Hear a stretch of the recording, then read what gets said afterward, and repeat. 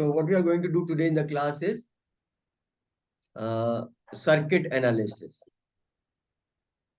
Circuit analysis means basically finding out what is the effective resistance of the circuit, what is the current flowing in any particular branch, what is the potential difference across any one of the resistance in the circuit.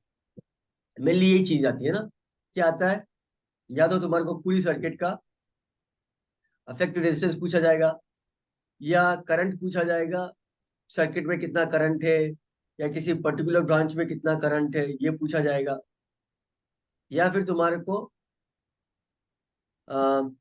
Potential difference पूछा जाएगा across any resistance, किसी भी resistance के across potential difference पूछा जाएगा, या कभी कभी पावर पूछा जाएगा कि कितना पावर डिसिपेट हो रहा है, किसके अक्रॉस कितना पावर डिसिपेट हो रहा है।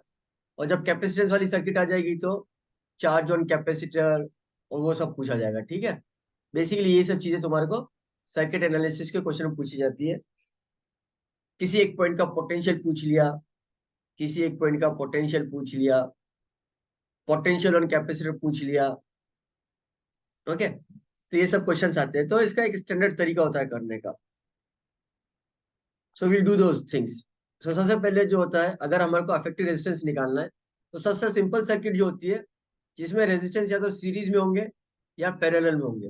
हालांकि तुम लोगों को रिजल्ट आता है, फिर भी हम लोग एक बार करेंगे। अगर रेजिस्टेंस सीरीज में है, R1 एंड R2 अगर सीरीज में है, अगर अपन बोलते हैं इसका अफेक्टिव रेजिस्टेंस R है, इसका मतलब क्या है? इसका मतलब ये है कि अगर इसको किसी बैटरी से कनेक्ट किया जाए, इस कॉम्बिनेशन को R1 R2 को, और अगर इस सिंगल रेजिस्टेंस R को उसी बैटरी से कनेक्ट किया जाए, उसी बैटरी से कनेक्ट किया जाए, तो दोनों सर्किट का पावर जो है सेम होना चाहिए। दोनों सर्किट का पावर सेम होना चाहिए। तो अगर इससे करंट आई निकल रहा है तो इधर पावर कितना आ जाएगा, VI। तो इस ब्रांच में भी करंट आई निकलना चाहिए, इस बैटरी से भी करंट आई निकलना चाहिए, ताकि इसका पावर भी VI हो जाए। ये इसका मतलब हो गया। ओके, सो नाउ अगर अपन इसमें लूप स्लो लगाते हैं, then we know that loop स्लो में क्या है, पावर डिसिपेशन का इक्वेट करते हैं अपन, और उसका फाइनल रिजल्ट क्या आया था, algebraic sum of the potential difference across each and every terminal of the element of the circuit should be 0। अब हम किसी भी एक पॉइंट से शुरू करते हैं। सपोज मैं यहां से शुरू करता हूं, तो अपने को पूरा घूम फिर के वापस से इस पॉइंट से चलेंगे, और पूरा घूम के लूप में घूमते हुए वापस इसी पॉइंट तक आना है। तो अब अपन यहां से चले, सबसे पहले अपन चले तो अपने को बैटरी मिली। जब हम बैटरी को क्रॉस कर रहे हैं, तो बैटरी के नेगेटिव टर्मिनल से पॉजिटिव टर्मिनल की तरफ जा रहे हैं। तो नेगेटिव से पॉजिटिव जब जाते हैं तो क्या होता है, पोटेंशियल राइज होता है, तो अपन +V लिखेंगे। फिर अपन गए करंट के डायरेक्शन में, अब अपन करंट के डायरेक्शन में जा रहे हैं। ठीक है, अपन करंट के डायरेक्शन में जा रहे हैं।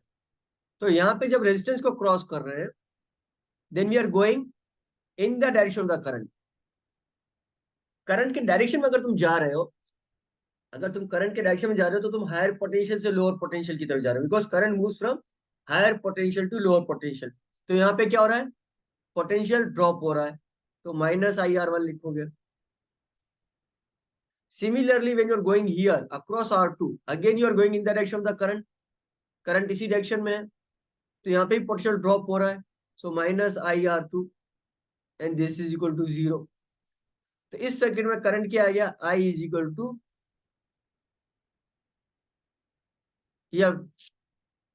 या V लिख लेता हूँ, V is equal to I common निकाल लिया, R1 + R2 हो गया। सिमिलरली अगर इसमें गए वापस से, यहीं से शुरू होते हैं अपन, और वापस घूम फिर के यहाँ पे आए, तो बैटरी को क्रॉस किया, माइनस से पॉजिटिव टर्मिनल की तरफ गए, पोटेंशियल राइज हुआ। ये करंट का डायरेक्शन आई ये वाला है, ये करंट का डायरेक्शन है। तो हम जब रेजिस्टेंस को क्रॉस कर रहे हैं, we are moving in the direction of the current, तो पोटेंशियल ड्रॉप हो रहा है, तो -IR इज इक्वल टू 0। इससे अपने पास आ गया V is equal to IR। ये इक्वेशन 1 बोल लो और इसको इक्वेशन 2 बोल लो। अगर इन दोनों इक्वेशन को कंपेयर करते हैं तो what we get is, we get R is equal to R1 plus R.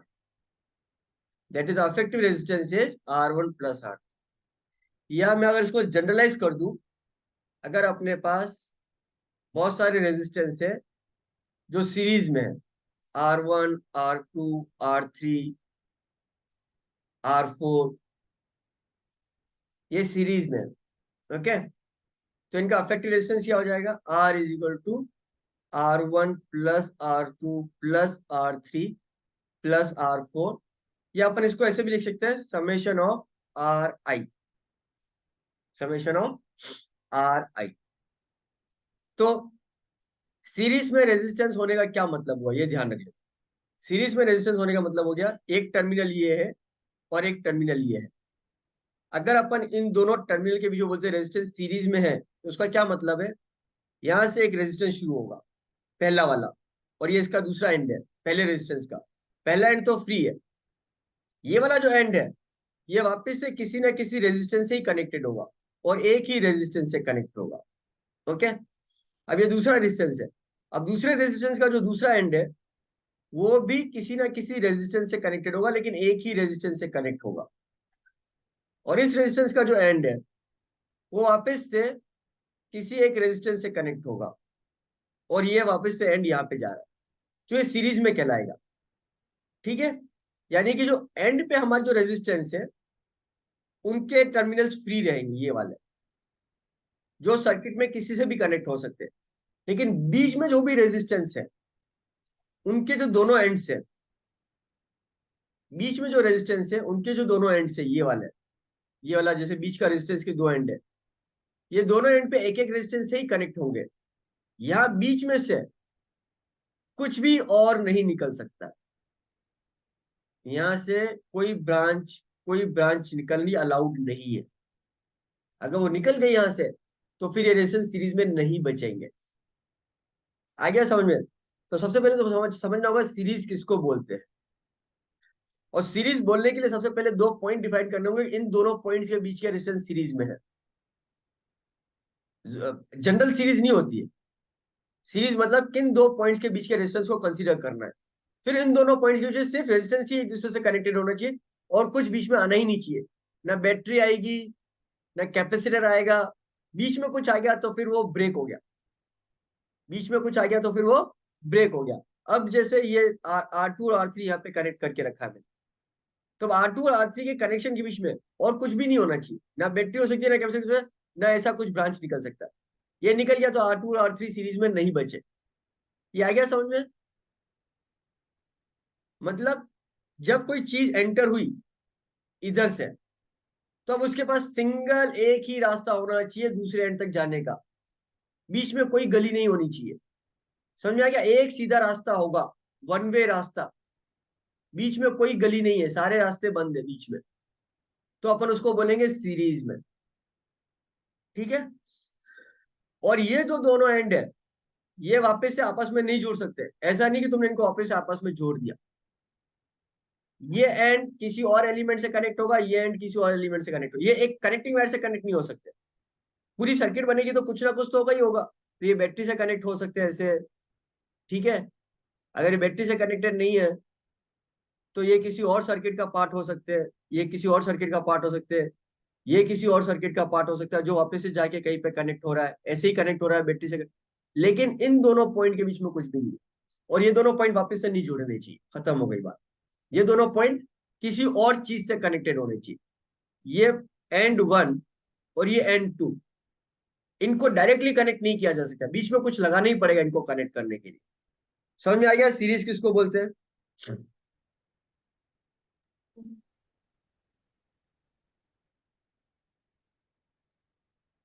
Okay, तो now move to the parallel.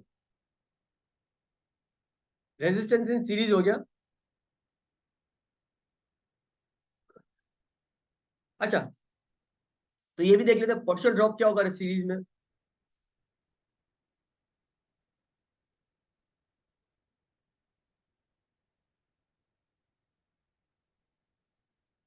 तो ये R1 है, ये R2 है, और ये R3 है।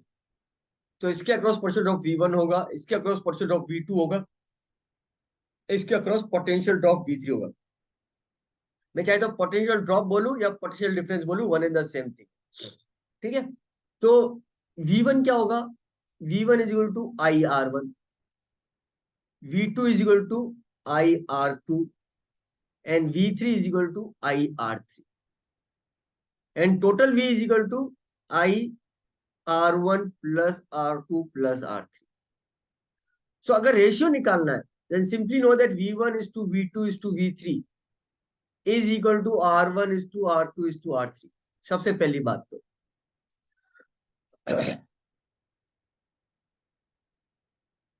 और अगर V1 निकालना है, so V1 is equal to R1 upon R1 plus R2 plus R3 into V. V2 is equal to R2 upon R1 plus R2 plus R3 upon into V, and V3 is equal to R3 upon R1 plus R2 plus R3 into V. Ratio याद रखो, series में resistance के across बिल्कुल simple है। Ratio जो है proportional to resistance होता है, एंड वोल्टेज भी proportional to resistance, oh sorry, voltage voltage का रेशियो है वो प्रोपोर्शनल टू रेजिस्टेंस होता है। तो यहाँ पे हमारे को रेशियो प्रोपोर्शन से individual across across individual resistance के अक्रॉस का एक्चुअल पोटेंशियल डिफरेंस भी मिल जाएगा। सिंपल सर्किट में तो बहुत इजी लगता है हमारे को ये। कॉम्प्लिकेटेड सर्किट में जब किसी एक पर्टिकुलर ब्रांच में V1 या V2 V3 पूछा जाएगा, then if you remember these results, तो सवाल सोल्व करना बहुत आसान हो जाता है। Okay, so I come to this question solving, जहां पे हम इन रिजल्ट्स को डायरेक्टली अप्लाई करके फटाफट क्वेश्चंस को सॉल्व करने की कोशिश करें, टाइम सेव करेंगे क्वेश्चंस को सॉल्व करने में। ओके, उतार लो इसको फटाफट।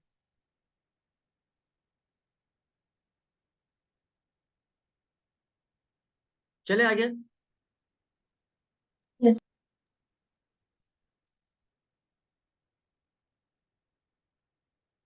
Now we come to resistance in parallel.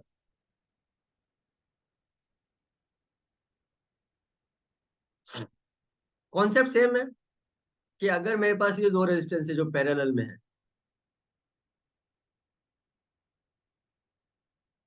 ये R1 और ये R2।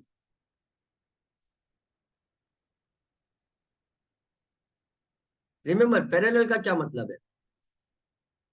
ये R1 लिया और ये R2 लिया,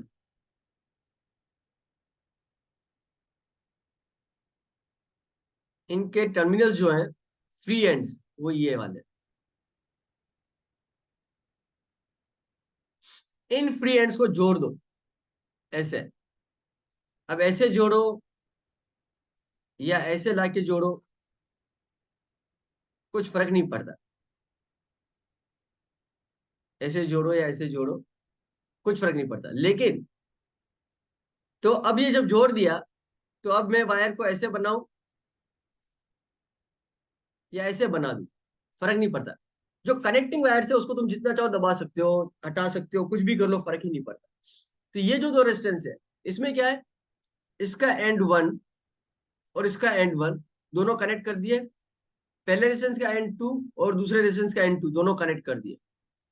तो यहाँ पे लाके मिला दिए एंड वन को और एंड टू को, या ऐसे मिलाया, फर्क नहीं पड़ता। This is in parallel.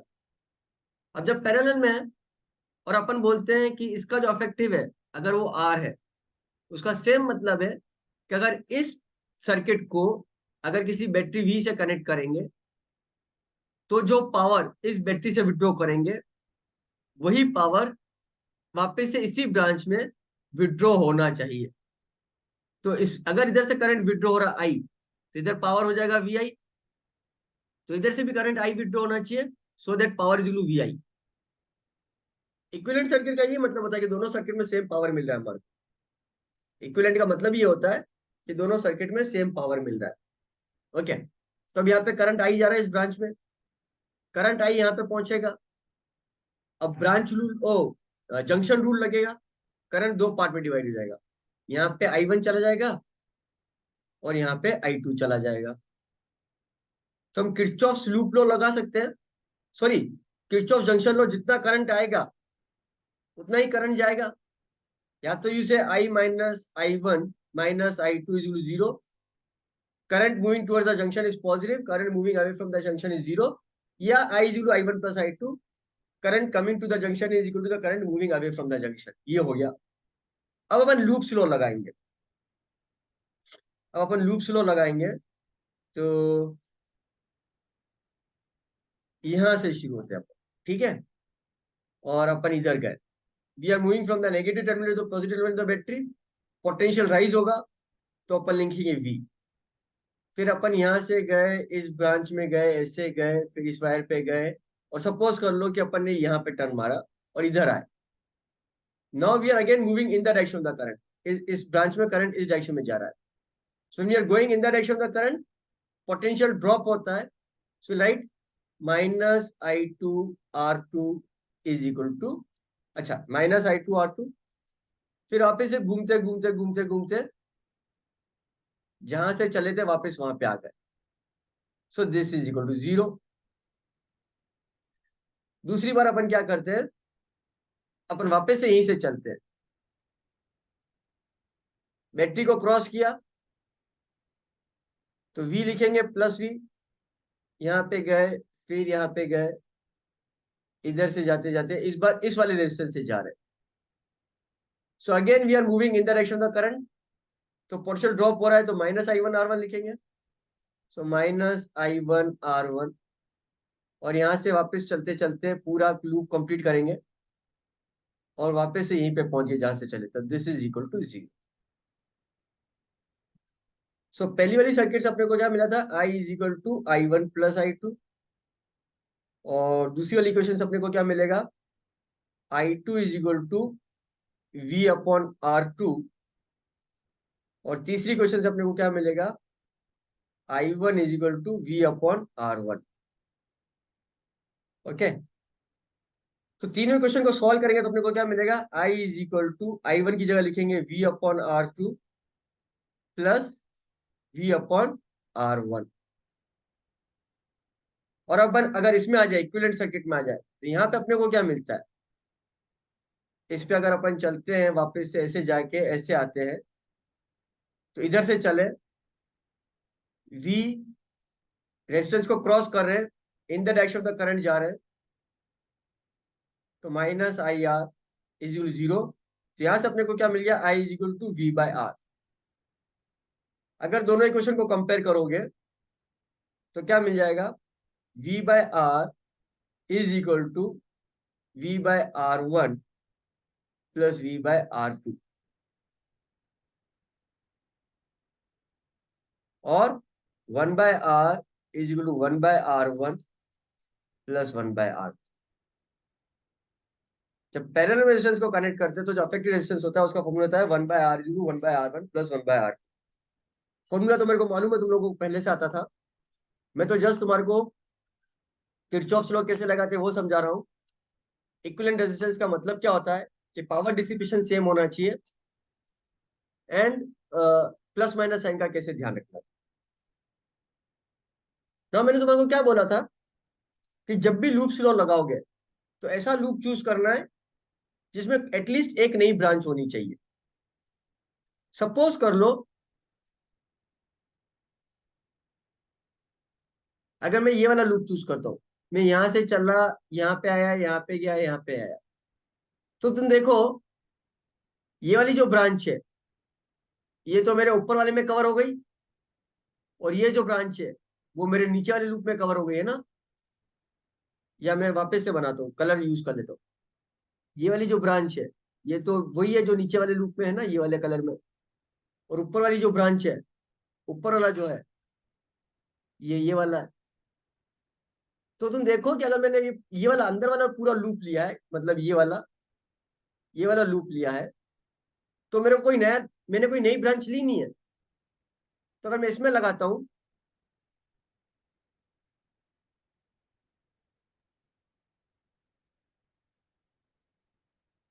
यहाँ पे करंट कितना जा रहा है, I1, और यहाँ पे करंट कितना जा रहा है, I2। तो सपोज कर लो कि अपन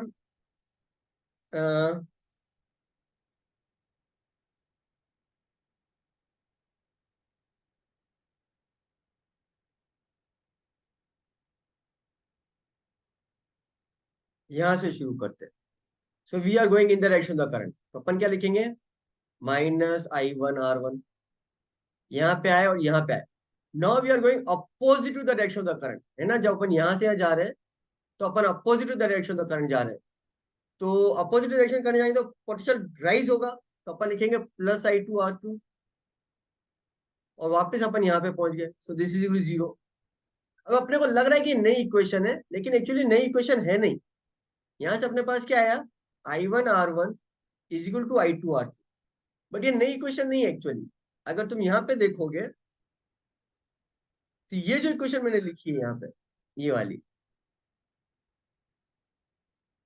इस इक्वेशन को अगर तुम कंपेयर करोगे तो तुम्हें मिल जाएगा V is equal to I1R1 is equal to I2R2। So I1R1 is equal to I2R2, इन दोनों इक्वेशन को ऑलरेडी कंबाइन करके तुम्हारे को मिल रहा है। सो ये जो तुमने लूप चूज किया है, इसमें कोई भी नई ब्रांच तुमने चूज नहीं की है, तो तुम्हारे को नई इक्वेशन नहीं मिलेगी। तो इस लूप को बना के इसकी इक्वेशन को लिख के तुम्हारे एग्जाम में कोई फायदा नहीं होगा, तुम्हारा टाइम वेस्ट होगा। सो रिमेंबर, जब तुम ब्रांच चूज कर रहे हो, लूप चूज कर रहे हो, एंश्योर कि तुम करेक्ट लूप चूज करते हो, रिडंडेंट लूप चूज करके जबरदस्ती की फालतू इक्वेशन बना के टाइम वेस्ट नहीं करोगे। समझ आएगा? लास्ट क्लास में जब मैंने बोला था कि लूप चूज करने में हमेशा एक नई ब्रांच होनी चाहिए, उसका एप्लीकेशन यहाँ पे समझ में आया तुम्हारे को? क्लियर है?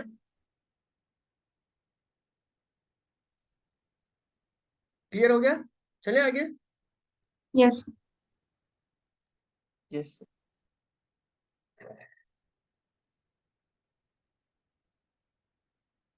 तो नाउ व्हाट इज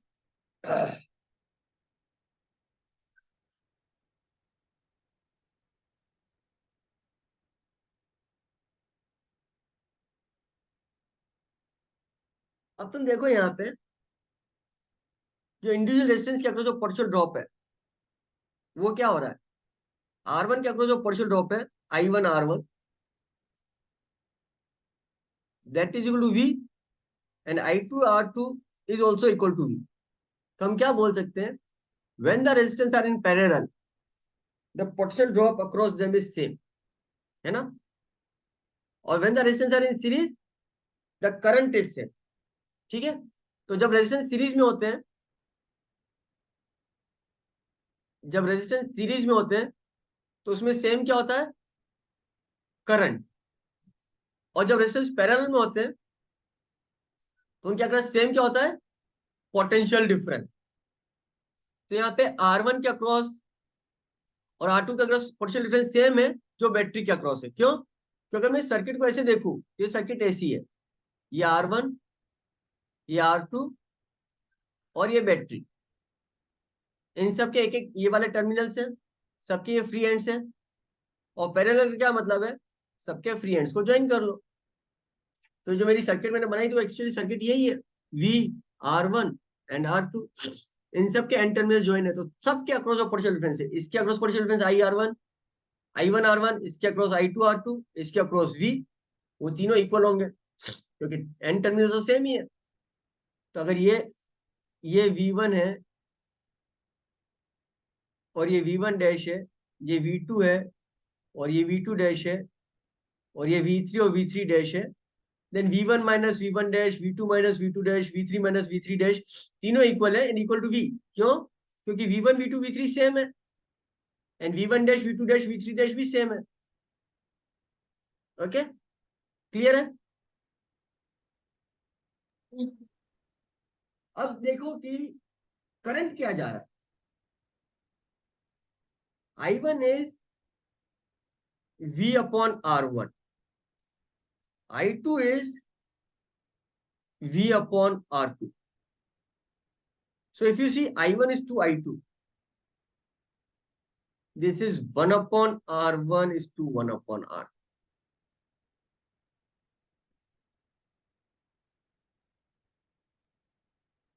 ओके, वहां पे पोटेंशियल डिफरेंस निकाला था अक्रॉस द रेजिस्टेंस सीरीज में, and that was proportional to the resistance, क्योंकि करंट सब में सेम थी। यहाँ पे पोटेंशियल डिफरेंस सब में सेम है, तो करंट निकाल रहे हैं and it is inversely proportional to R. सो सीरीज में पोटेंशियल डिफरेंस, जो सीरीज की बात कर लू मैं, इसको मिटा देता हूं मैं।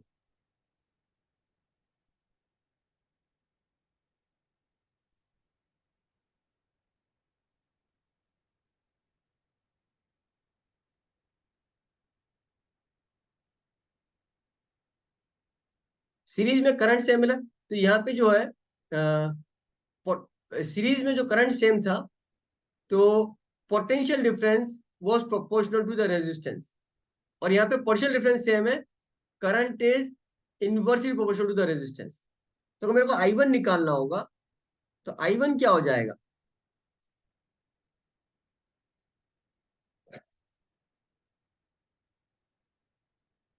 V upon R1, and V is what? कहाँ गया मेरा पैरेलल वाले की बात करें ना। So I1 is equal to V upon R1, I2 is equal to V upon R2। So V क्या है? V is equal to IR.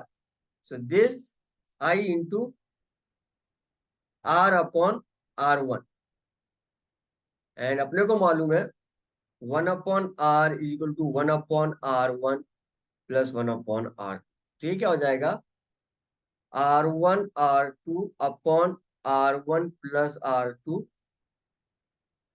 into I, जिसको मैं लिख सकता हूं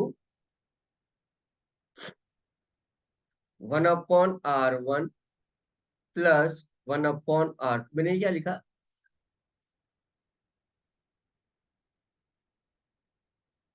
ये तो मैंने क्या लिखा है? R लिखा है। तो मेरे पास यहाँ पे 1/R1 भी था,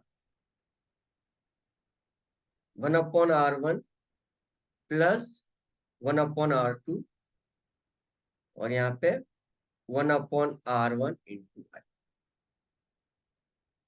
because I is inversely proportional to R. तो this will be 1/R1 upon 1/R1 plus 1/R2 into I. So have to remember this now. ये रिमेंबर करना, ये थोड़ा सा इंपॉर्टेंट है तुम्हारे लिए।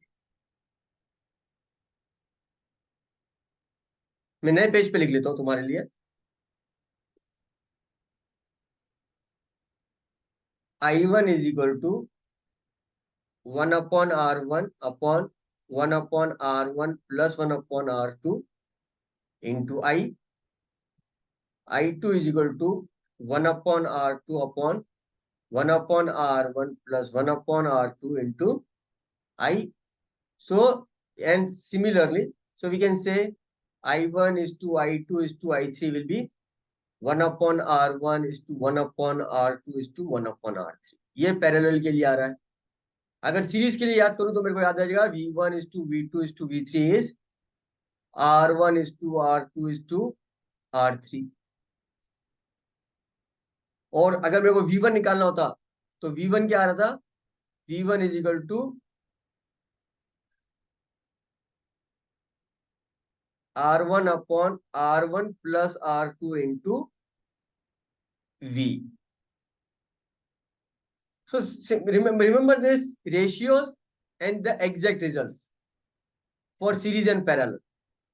एक बार तो रट लो, अच्छे से याद कर लो दो दो टर्म्स, फिर तीन चार सवाल प्रैक्टिस करो, अपने आप इसकी इंपॉर्टेंस में पता चल जाएगी कि सवाल कैसे फास्ट होते हैं इससे। याद नहीं करोगे फॉर्मूला तो एग्जाम में कंफ्यूज हो गया, सॉल्व करने समय कंफ्यूज हो गए। और याद करने का मतलब है, ऐसा नहीं कि आज याद किया और एक हफ्ते बाद भूल जाओ फिर बोलो कि रिवाइज नहीं किया था। ये तेरे को बोलो, याद करने का मतलब है आज याद किया, एक हफ्ते बाद रिवाइज किया, और हमेशा के लिए अपने को याद रहना चाहिए, ताकि जब भी अपन सवाल करने बैठे will apply the formula directly, will not solve it again from the basics. Time waste नहीं करेंगे बार बार बेसिक से सॉल्व करने में।